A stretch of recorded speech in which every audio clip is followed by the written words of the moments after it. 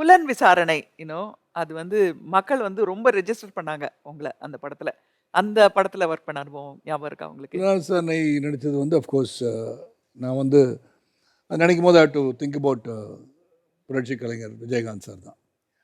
அப்போ ஒரு I would say 2-3 படம் எடுத்த பிறகு it was big debacle in my life. பெரிய ஒரு செட்பேக், லாஸ் இதெல்லாம் வந்துச்சு.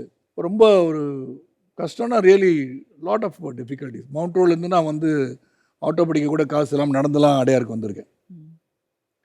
இப்போ நினச்சி பார்க்கும்போது நீ கோ பேக் தட் டே இப்படி இருந்தோமே.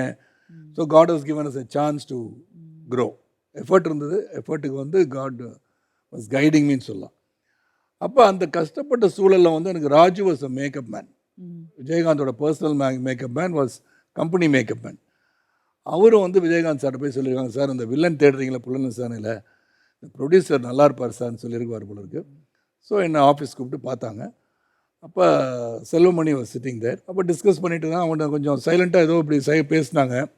எனக்கு காதில் விழுந்துச்சு, ஒரு மீசை இல்லாமல் இருந்தால் எப்படி இருப்பார் அப்படின்னா. நான் என்ன பண்ணேன், சைட்டாக அங்கே இது பேசிகிட்டு இருக்காங்கன்னு சொல்லி வெளியே போய் பக்கத்தில் ரோஹினி ராஜ் கிட்ட போயிட்டு மீசை எடுத்துகிட்டு இப்படி வந்து சார் இப்படி தான் சார் இருப்பேன் அப்படின்னு. இப்படிதான் சார் இருப்பேன். உங்களுக்கு சிரிச்சு சார் இவரை போட்டுன்னு சார் படத்தில் இவ்வளோ எந்துவா இருக்காருன்னு சொல்லி that's how I start acting. I still thank Vijayakanth for giving me a break.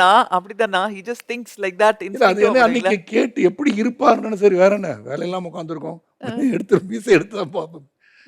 And then I'll never forget Vijayakanth in my life.